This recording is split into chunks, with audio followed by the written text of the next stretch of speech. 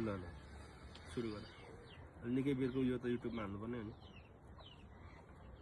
एकै ठाउँ राख्नु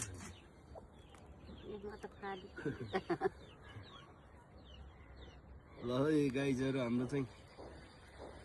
फेरि पनि एभोकाडो पाकेर एकैचोटि पाकेर अरू भन्दा पनि खाँदैछौँ आन्टीसँग अस्ति मैले भिडियो हाल्दाखेरि सबैले गुलियो भयो भनेर सबै चाख्नु आएको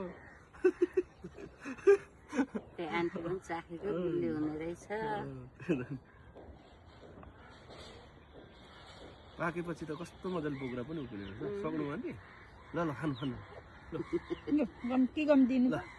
अब यो जाडोमा नखानु पनि कसरी यो एभोकाडो चन्द्रगिरी पनि देखिरहेछ